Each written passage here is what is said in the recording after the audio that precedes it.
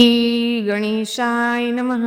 Hello મિત્રો, તમે જોઈ રહ્યા છો યુટ્યુબ આપણી ચેનલ વ્રત સાધનામાં આપનું સ્વાગત છે. હિન્દુ ધર્મમાં એકાદશી તિથિને ખૂબ જ મહત્વપૂર્ણ અને પવિત્ર માનવામાં આવે છે. આ તિથિ ભગવાન શ્રી વિષ્ણુને સમર્પિત છે અને આ દિવસે તેમની વિશેષ પૂજા કરવામાં આવે છે.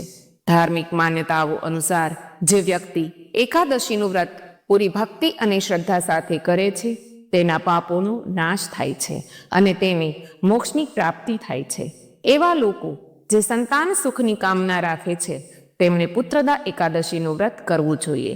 માન્યતા છે કે આ વ્રત કરવાથી ભગવાન વિષ્ણુની ખાસ કૃપાથી ઉત્તમ સંતાનની પ્રાપ્તિ થાય છે, સાથે જ ભગવાન વિષ્ણુના આશીર્વાદ પણ મળે છે. પોષ પુત્રદા એકાદશી બાળકોના જન્મ અને પ્રગતિ માટે વિશેષ શુભ માનવામાં આવે છે. આ દિવસે વ્રત કરવાથી ભગવાન વિષ્ણુની કૃપાથી પરિવારમાં સુખ, શાંતિ અને સમૃદ્ધિ આવે છે. સંતાન સુખ માટે આ વ્રત કરવામાં આવે છે.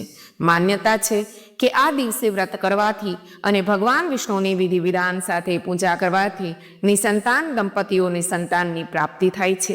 શાસ્ત્રોમાં આ વ્રતનો મહિમા જણાવવામાં આવ્યો છે, જેથી યોગ્ય સંતાનની કામના પૂર્ણ થાય છે.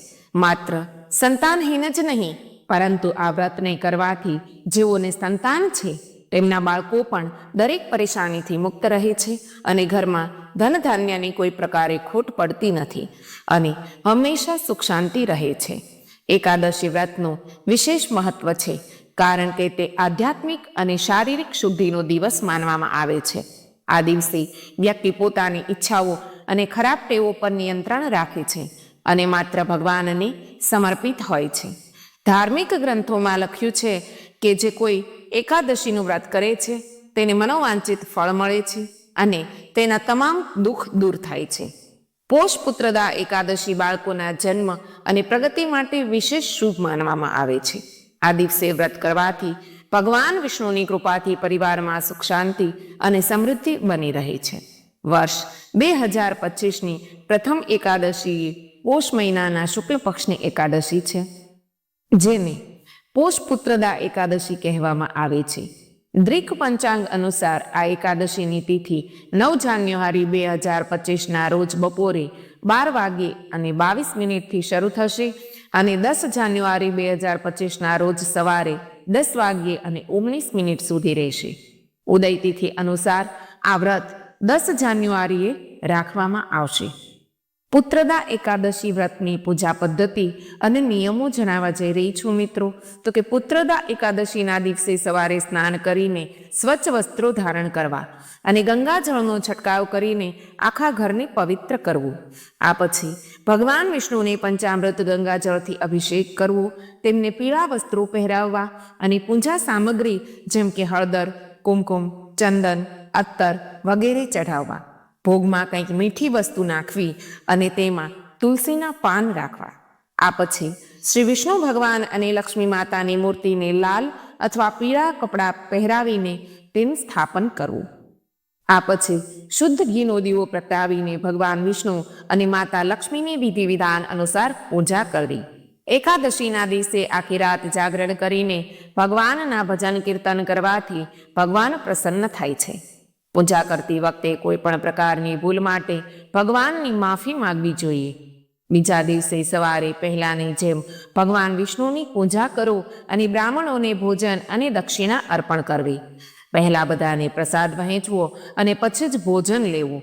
આ દિવસે ઉપવાસ રાખવાનો પણ કાયદો છે. તે દિવસે અનાજનું સેવન ન કરવું જોઈએ, કારણ કે એવું માનવામાં આવે છે કે એકાદશી વ્રત શરૂ કર્યા પછી પેટમાં ખોરાકનો કોઈ અવશેષ ન હોવો જોઈએ. મિત્રો, આ દિવસે દીપદાનનું પણ અનેરું મહત્વ છે. એકાદશીએ ભગવાન વિષ્ણુનું સ્મરણ કરીને કોઈ પણ પવિત્ર નદી, સરોવરમાં, નહીતર તુલસી કે પીપળાના ઝાડની નીચે દીપદાનનું પણ મહત્વ છે. દીપદાન કરવા માટે લોટના નાના નાના દીવા બનાવીને તેમાં થોડું તેલ કે ઘી મિક્સ કરીને પાતળી રૂની વાટ પ્રગટાવીને તેને પીપળા કે વડના પાન ઉપર રાખીને નદીમાં પ્રવાહિત કરવામાં આવે છે. સાથે જ જરૂરિયાતમંદ લોકોને પોતાના સામર્થ્ય પ્રમાણે દાન આપવું જોઈએ. મિત્રો, હવે આપણે પુત્રદા એકાદશીની વ્રત કથા સાંભળીએ. પૂર્વકાળની વાત છે. ભદ્રાવતીપુરીમાં રાજા સુકેતુમાન રાજ્ય કરતા હતા. એમની રાણીનું નામ ચંપા હતું. રાજન ઘણા સમય સુધી વંશ ચલાવનાર પુત્રની પ્રાપ્તિ ન થઈ. આથી પતિ પત્ની હંમેશા ચિંતા અને શોકમાં ડૂબેલા રહેતા. રાજાના પિતૃઓ એમના આપેલ જળને એકી શ્વાસથી ગરમ કરીને પીતા. રાજા પછી એવું કોઈ નથી દેખાતું જે અમારું તર્પણ કરે. આમ વિચારીને પિતૃઓ શોકમાં રહેતા. એક દિવસ રાજા ઘોડા પર સવાર થઈને ઘોર જંગલમાં ચાલ્યા ગયા. પુરોહિત વગેરે કોઈને આ વાતની ખબર ન હતી. મૃગ અને પક્ષીવાળા એ ઘોર જંગલમાં રાજા ભ્રમણ કરવા લાગ્યા. માર્ગમાં ક્યાંક શિયાળનો અવાજ સંભળાતો હતો તો ક્યાંક ઘુવડનો અવાજ. જ્યાં ત્યાં રીંછો અને મૃગો દ્રષ્ટિગોચર થઈ રહ્યા હતા. આ રીતે ફરીને રાજા વનની શોભા જોઈ રહ્યા હતા. એવામાં બપોર થઈ ગઈ. રાજાને ભૂખ અને તરસ સતાવા લાગી. રાજા પાણીની શોધમાં આમ તેમ ભટકવા લાગ્યા. પુણ્ય પ્રતાપે રાજાને એક સુંદર સરોવર દેખાઈ. એની નજીક મુનિઓના ઘણા આશ્રમ હતા.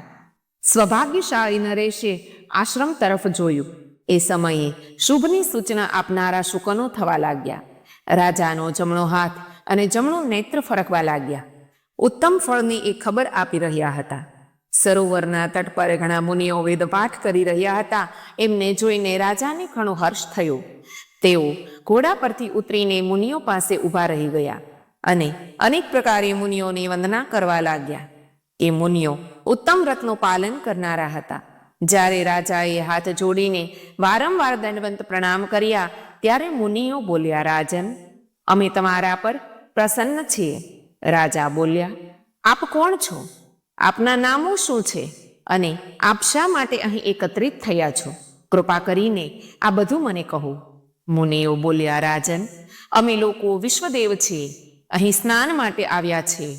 મહામહિનો નજીક આવ્યો છે. આજથી 5મા દિવસે મહામહિનાના સ્નાનનો પ્રારંભ થઈ જશે. આજ પુત્રદા નામની એકાદશી છે. વ્રત કરનારા મનુષ્યોને એ પુત્ર આપે છે. રાજાએ કહ્યું, વિશ્વદેવગણ, જો આપ પ્રસન્ન હો તો મને પુત્ર આપો. મુનિ બોલ્યા, રાજન, આજના જ દિવસે પુત્રદા નામની એકાદશી છે. એનું વ્રત ઘણું જ વિખ્યાત છે. તમે આજે આ ઉત્તમ વ્રત કરો. મહારાજ, ભગવાન કેશવના પ્રસાદથી તમે ત્યાં જરૂર પુત્ર થશે.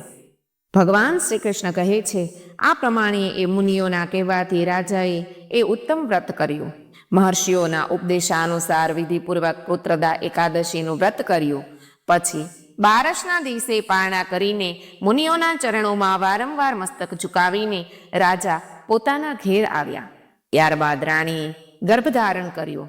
પ્રસવનો સમય આવતા રાજાને ત્યાં તેજસ્વી પુત્રની પ્રાપ્તિ થઈ. એણે પોતાના ગુણોથી પિતાને સંતુષ્ટ કરી દીધા. એ પ્રજાપાલક બન્યો. મિત્રો, પુત્રદા એકાદશીનું ઉત્તમ વ્રત જરૂર કરવું જોઈએ. મેં લોકોના હિત ખાતર એનું વર્ણન તમારી સમક્ષ કર્યું છે. જે મનુષ્ય એકાગ્રચિત્તે પુત્રદા એકાદશીનું વ્રત કરે છે એ આ લોકમાં પુત્ર પ્રાપ્તિ કરીને મૃત્યુ પછી સ્વર્ગ પ્રાપ્ત કરે છે. આ મહાત્મયને વાંચવાથી અને સાંભળવાથી અગ્નિહોમનું ફળ મળે છે. મિત્રો, પુત્રદા એકાદશીની કથા અહીં સમાપ્ત થાય છે. આશા રાખું છું કે તમને આ વિડીયો અવશ્ય પસંદ આવ્યો હશે. મિત્રો, જો તમને મારો આ વિડીયો પસંદ આવ્યો હોય તો અમારી ચેનલને સબસ્ક્રાઇબ કરી વિડીયોને લાઇક, કમેન્ટ અને શેર અવશ્ય કરજો. કમેન્ટમાં રાધે કૃષ્ણ લખવાનું ભૂલતા નહીં મિત્રો. રાધે કૃષ્ણ. ધન્યવાદ.